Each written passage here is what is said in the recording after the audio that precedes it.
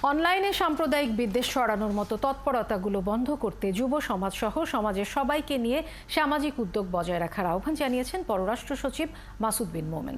দুপুরে পররাষ্ট্র মন্ত্রণালয়ে global community engagement and resilience জিসার্ফ আয়োজিত এক সেমিনারে একথা বলেন তিনি। উগ্র জঙ্গিবাদ প্রতিরোধের বিষয়ে আয়োজিত এই সেমিনারে বক্তারা বলেন, বৈশ্বিক সন্ত্রাসবাদ সূচকে বাংলাদেশ আগের চেয়ে অনেক ভালো অবস্থানে আছে।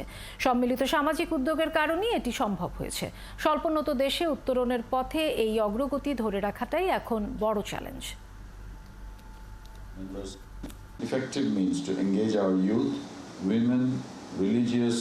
আমরা সমাজ থেকে সংঘাত, জঙ্গিবাদ দূর করতে যুব সমাজ, নারী এবং ধর্মীয় নেতাদের সামাজিক কার্যক্রমে যুক্ত করতে পেরেছি। এরকম সামাজিক উদ্যোগগুলো এগিয়ে নিতে হবে, যাতে অনলাইনে সাম্প্রদায়িক বিদ্বেষ ছড়ানোর মতো ঘটনা বন্ধ করা যায়। সুন্দর সমাজ গঠনে আমরা সন্ত্রাসের বিরুদ্ধে জিরো টলারেন্স ঘোষণা করেছি এবং এই ব্যাপারে বিন্দুমাত্র আপোস করা হবে না।